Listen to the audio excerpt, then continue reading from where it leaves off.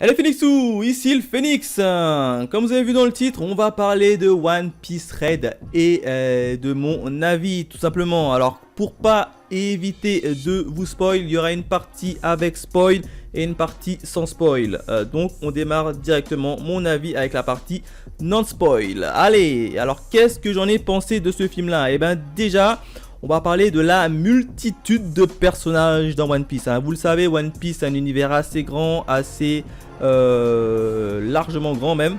Et il y a beaucoup de personnages. Alors moi j'ai plutôt bien aimé le fait qu'on retrouve pas mal de personnages entre eux qui interagissent entre eux. Ça fait toujours plaisir.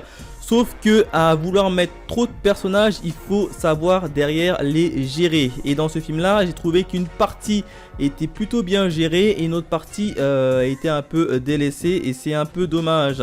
Bon, après les personnages principaux du style Luffy, Uta, ils ont été bien évidemment plutôt bien gérés. Mais tu as quand même d'autres personnages qui ont été balancés ici pour le fan service. D'ailleurs c'est mon deuxième point, on va parler un peu du fan service. Alors le fan service, vous savez que le fan service, moi j'ai pas de problème avec le fan service. Généralement quand tu vois qu'il y a un film One Piece, tu vas t'attendre à du fan service, tu le sais. Même le film en lui-même c'est un fan service. Et ben concernant ce fan service là, et ben j'ai trouvé qu'il était plutôt, plutôt bien fait dans l'ensemble, mais un poil exagéré, ça va avec la multitude des personnages. Au niveau du fanservice, moi j'ai bien aimé retrouver quelques personnages où ça fait pas mal de temps qu'on n'a pas vu. Mais il y a certains personnages qui ont été balancés dans le film pour tout simplement accentuer le côté fanservice, et ça je trouve vraiment dommage.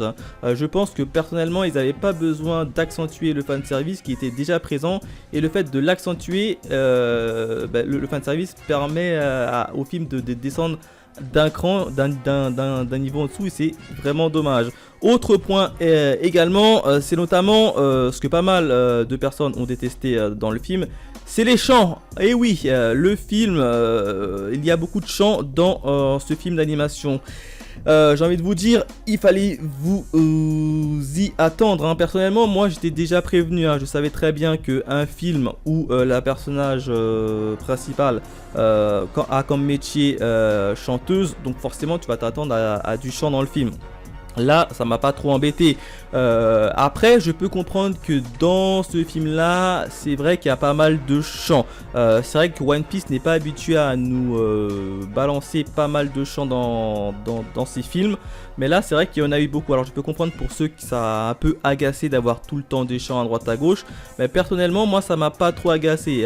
Bon, il y a juste un point qui m'a peut-être agacé, c'est le fait que le film One Piece, personnellement, moi, j'ai trouvé qu'ils ont trop voulu le rendre un peu plus Disney. Après, c'est pas péjoratif, le rendre un peu plus Disney, parce que vous le savez, dans les films Disney, en général, dans les films Disney, ce qui fait la marque de fabrique d'un film Disney, c'est le chant. Prenez par exemple le Roi Lion. Tout le monde sait que dans le Roi Lion, ça va chanter. Il y a le chant de Simba, t'as le chant quand il se rencontre avec Nala, t'as le chant même de Scar et des hyènes. Donc il y a pas mal de chants dans Disney, et pour autant j'ai apprécié le Roi Lion. Et ben là c'est la même chose, malgré qu'il y a du chant, il y a beaucoup de chant, j'ai quand même dans l'ensemble apprécié One Piece, mais j'ai trouvé qu'il y a un moment donné le film penchait trop à faire devenir le film One Piece en film entre guillemets Disney, et a trop voulu mettre justement une connotation chant, ce qui a un peu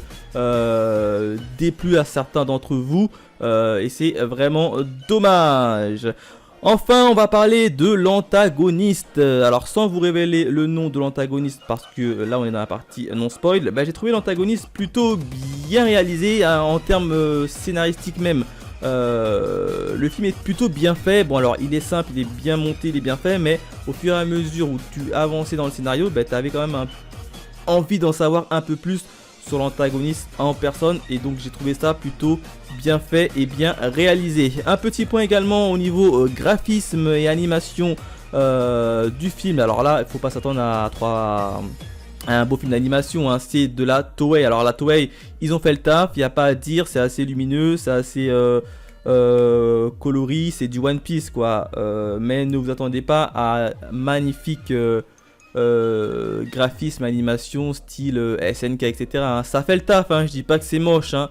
Je dis seulement que pour un film d'animation, globalement ça fait son taf et j'en suis très content. Donc voilà à peu près mon avis sur One Piece Red, le film, hein. Si je devais mettre une petite note sur 10, hein, personnellement j'aurais mis une petite note de 7 sur 10 sur ce film, hein. Bon, c'était clairement pas le meilleur film, mais c'était clairement pas le moins bon. Maintenant on va passer à la partie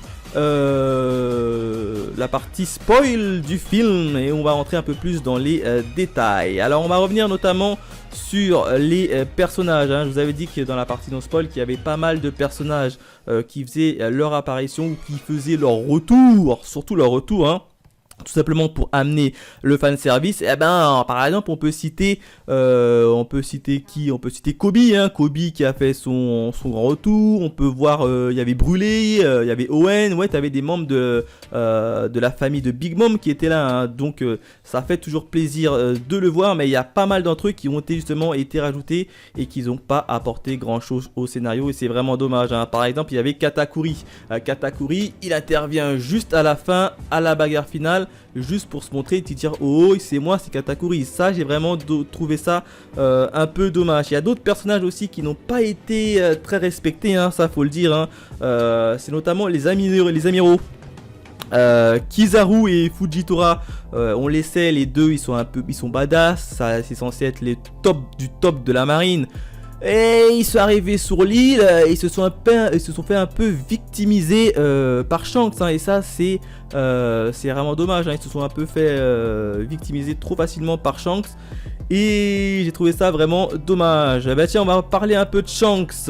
Shanks, alors beaucoup de personnes ont dit oui, Shanks, vous allez voir, il va venir, il va faire son apparition et puis il va repartir. Et ben mes amis, je dois vous dire que vous avez tort. Et heureusement d'ailleurs, vous avez tort. Shanks, il est venu.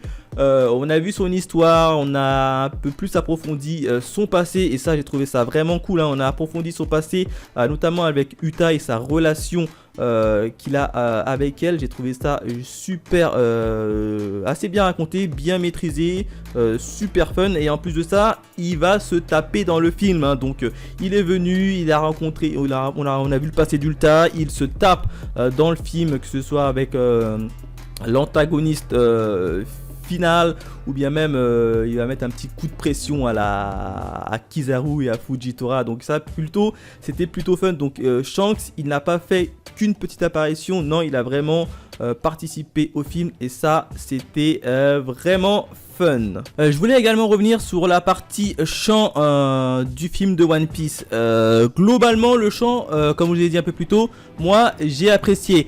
Après ce qui était plutôt pas mal également dans le chant, c'est qu'il y avait pas mal de registres différents, hein. C'est-à-dire au départ on avait eu Uta qui chantait un film un peu plus punchy, genre un peu présentation, et au fur et à mesure de l'avancée de l'histoire et de son scénario, on voyait Uta qui commençait à devenir de plus en plus l'antagoniste, hein. Oui, parce que ça il faut le savoir, Uta est la grande antagoniste en fait du film et j'ai trouvé ça superbement bien amené, hein, quand même dans One Piece.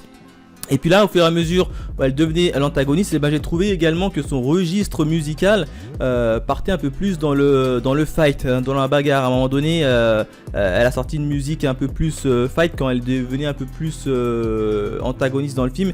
Et ça, j'ai plutôt bien apprécié, hein, notamment à la fin quand elle s'est rendue compte, etc. C'était pas vraiment le bon chemin qu'elle prenait, hein. Et ben la chanson, elle était un peu plus douce, notamment avec ses retrouvailles avec Shanks, etc.